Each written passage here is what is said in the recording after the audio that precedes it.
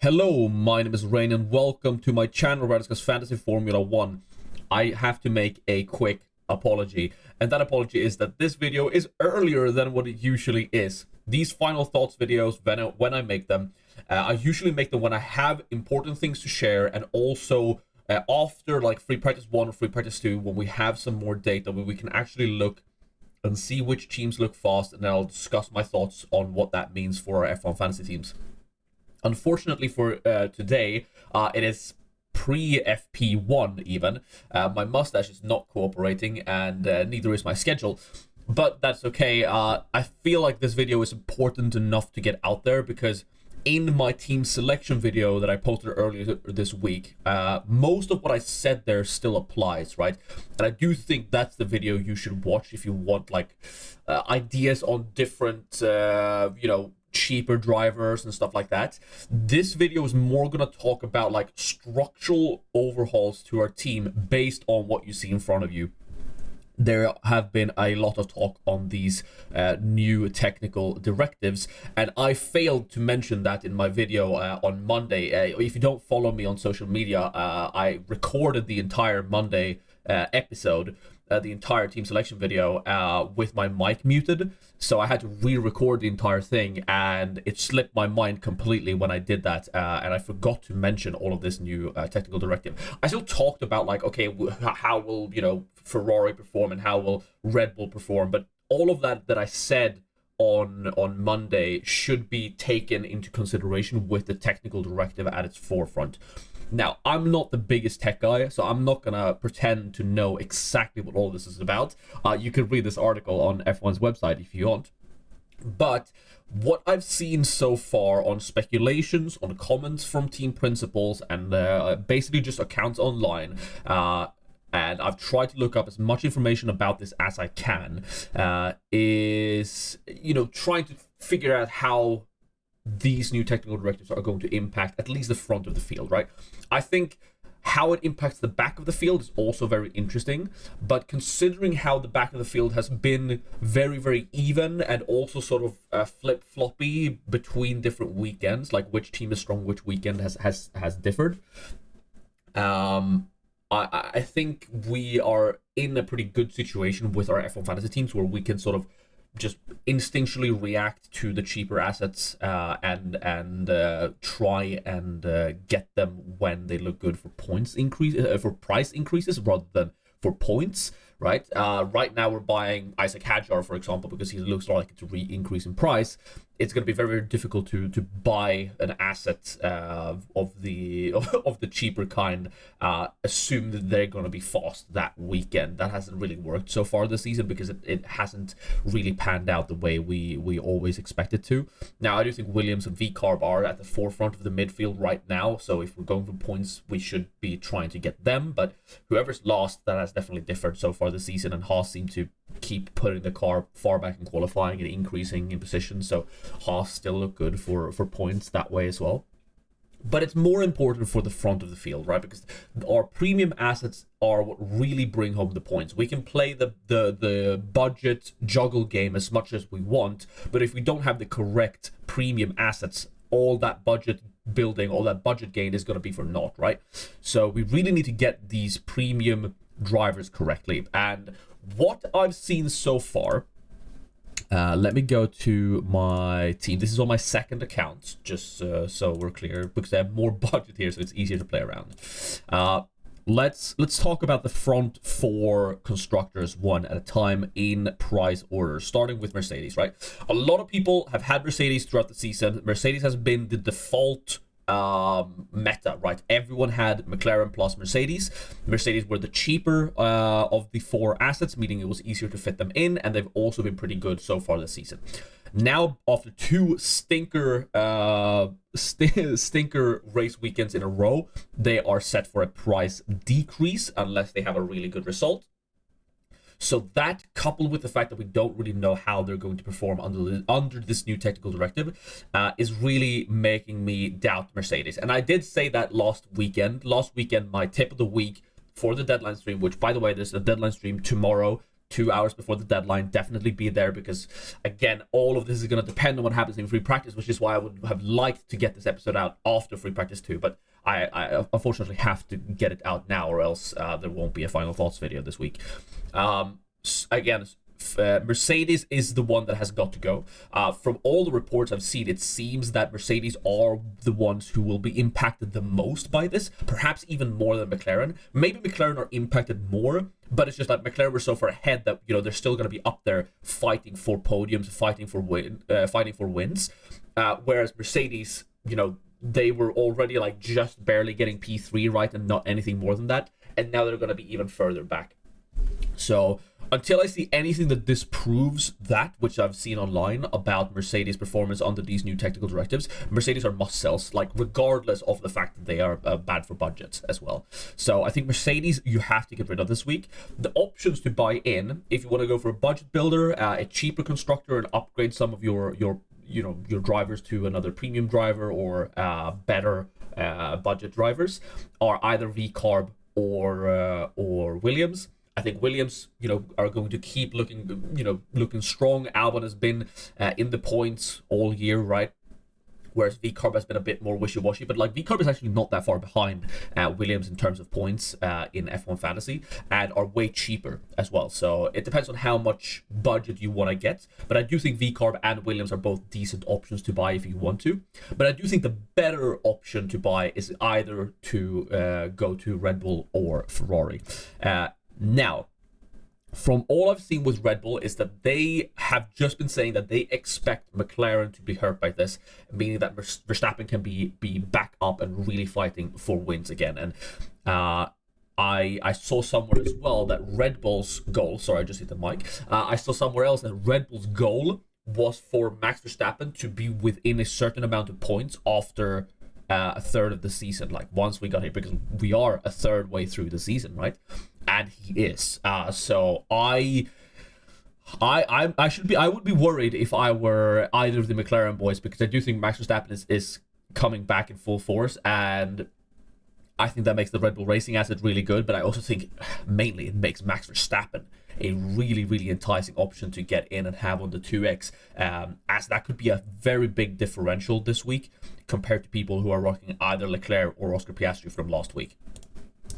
Red Bull Racing looks good, but obviously the Yuki Tsunoda factor, or it's not even the Yuki Tsunoda factor, it's the Red Bull Racing second seat factor, always brings this asset down slightly, but them being slightly cheaper than Ferrari helps. With Ferrari is really interesting. Ferrari, from the reports I've seen, indicate that Ferrari weren't running much of a flexi wing before either, so Ferrari should be the ones to lose the least from this new technical directive. And if that's the case, Ferrari should be back up in the front. That's actually that's at least what Ferrari are expecting. Now, we don't know this yet. Ferrari obviously were good in Monaco, but this was before technical directive, but that's obviously, you know, different track. So we really have to see where Ferrari are. I do think, considering how good they've been just pit stop wise, Ferrari really is one that you could just get in anyway, even if you're slightly unsure of how they're going to perform. We did have a moment in Saudi Arabia, actually, if you remember, when they got 64 points and Mercedes got 46. Well, we were discussing already, you know, even when Mercedes looked like the faster team, that Ferrari might still be worth it just because of those fastest pit stop points, and also because, you know, they're qualifying slightly worse and now getting slightly. If they're better now, if they swapped places with Mercedes, Ferrari could be a really, really good team to own, and I think this could be the time to get them in. But then for McLaren, and I think a lot of people are asking, should I sell McLaren, right? Will McLaren lose enough from this? The argument for is obviously that they're 32.4 million. That is very, very expensive. But so far this season, I mean, they have been the highest scoring constructor every week so far this year. I think, I'm pretty sure. And I am not going to be the one to predict McLaren to not score points. I saw some people try and do that last week, wildcarding into teams with like Ferrari plus Williams, and they obviously really lost out because McLaren ended up winning the race in the end over Ferrari, over Charles Leclerc. So until I've seen a race where McLaren are out of the podium on pure race pace. I don't think I'm selling them anytime soon. So the real question for me is at least like, who do I couple McLaren with? McLaren as an asset is going to stay in my team for some time, I imagine, especially because even with this new technical directive, it appears that, you know, they still expect McLaren to be up there fighting for podiums and wins, was the report I saw on it. So and in addition to that, like, I already have a Mercedes asset that I have to sell. So and I obviously don't have my wild card because I used it in week 2.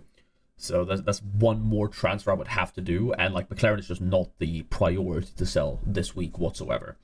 But these new technical directives are really, really interesting. I think after Barcelona we'll know more what this actually entails. But for now, the main thing I would say is just get rid of Mercedes. They're not worth the risk. You're gonna lose budget on them, and we also don't know how they're gonna perform. It's expected they're gonna lose a lot from this. Like, Mercedes are just must-sells, in my opinion. And obviously, in this team, I already have Ferrari, but even on this team, I'm considering, okay, what can I do to maybe, you know, get a Max Verstappen in, if I want, because I do think Max Verstappen looks like a really, really good differential for this week. Only picked by 17% of players. Obviously, Hamilton and Leclerc are lower owned at 15%. And 11% respectively, but more people in the active manager base in the top have Charles Leclerc from last week.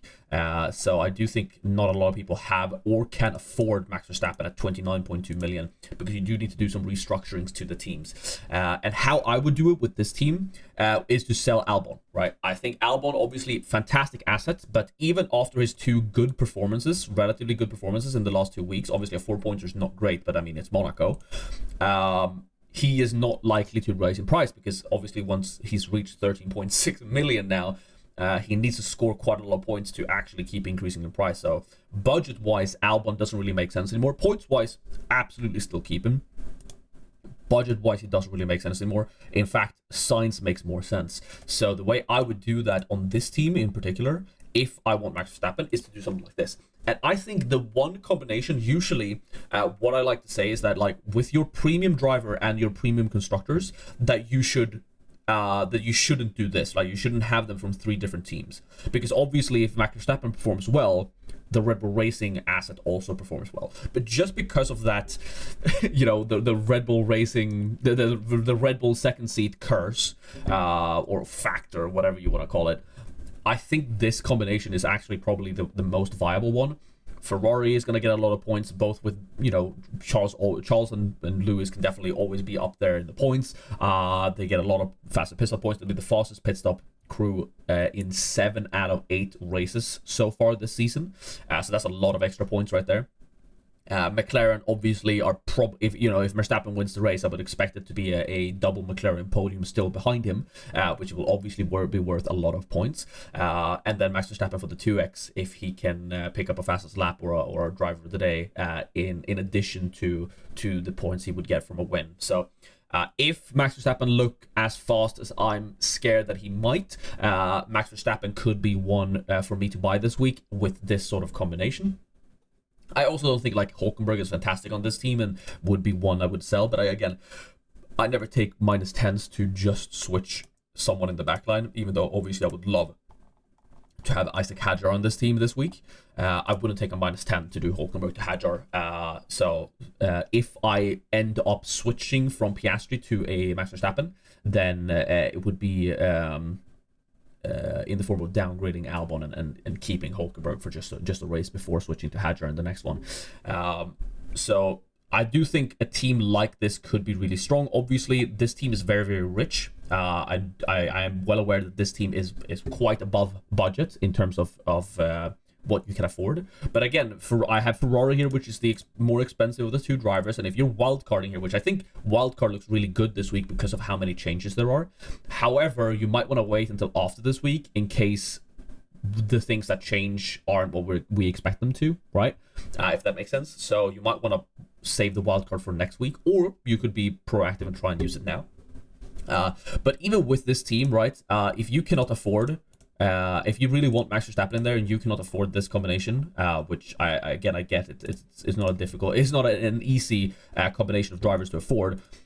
There are two things you can do here. I mean, the easiest one here is boom, and you have 12 million in the bank, and like this you could afford with. I'm just gonna put Hadger in here because I'm assuming that you're wildcarding if we're discussing making more than 3 transfers, right? This team is like 102, 103 million and looks really, really, really strong. You could also, if you want a premium constructor in here, Red Bull Racing is the cheaper one. Double dipping with Ferrari, Red Bull Racing, double dipping with Verstappen plus Red Bull Racing, ignoring Ferrari, can totally work this week, and I think it's a very reasonable strategy. And obviously, you don't need to have signs here. We have another Spaniard who is 4.5 million now. He's never going to drop in price, Fernando Alonso. So you see, you can afford this team with 6.7 million less than what I have, which puts your budget at like 108 million, something like that. I do think I'm on like 115 million with this, 114.5, yeah. So I think a lot of, even like the lowest budget strategists can afford something of the Max Verstappen variety of team, and I do think that could be really strong. Now, I'm not saying Max Verstappen is the only driver to put the 2x on this week. I think Piastri is still a fantastic option. It's just that a lot of people have Piastri, right? So if you want to play differential, I think now is the week to go for it. I also expect the strategies to sort of diverge this week. We've seen the meta be the meta for a couple of weekends now. Obviously, that has been influenced by the fact that a lot of us have been using our chips these weeks. So even though a lot of people have had the meta, there's been a lot of limitless, a lot of other stuff going on, a lot of no negative, and a lot of differentiating budget assets as well.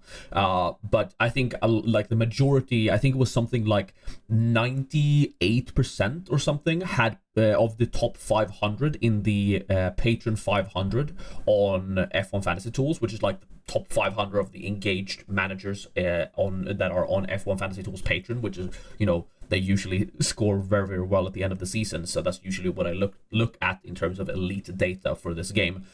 It was something like 98% of top 500 there had Piastri, McLaren, Mercedes like 3 or 4 races ago. I think we're definitely going to see those strategies diverge here. So I do think this is a very, very interesting point in the F1 fantasy season, and I'm super excited to see what happens. Obviously, I haven't locked any of my teams yet. I'm using wildcard on one. This team, I haven't decided if I'm going for Verstappen or if I'm just doing like a quick Hulkenberg to Isaac Hadger type move. We'll see what I end up making, but I will, of course, make all of those transfers on the deadline stream tomorrow, Saturday, 2 hours before the deadline, 2 hours before qualifying. So make sure you're here on the channel. I've also begun streaming on Twitch. So if you prefer to watch live streams on Twitch, I have my Twitch channel in the description as well. So you can follow me there. That's it for this video. There's a lot to discuss, but I wish we had the free practice Delta, but again, make sure you look at free practice with all of my thoughts here in mind. Maybe it looks like Red Bull are completely useless, and then obviously don't go for Max Verstappen. In that case, probably stick with Piastri or maybe look to one of the Ferrari boys if Ferrari look fast. Lots of thoughts. I'll see you on the deadline stream tomorrow. Thank you so much for watching. Goodbye.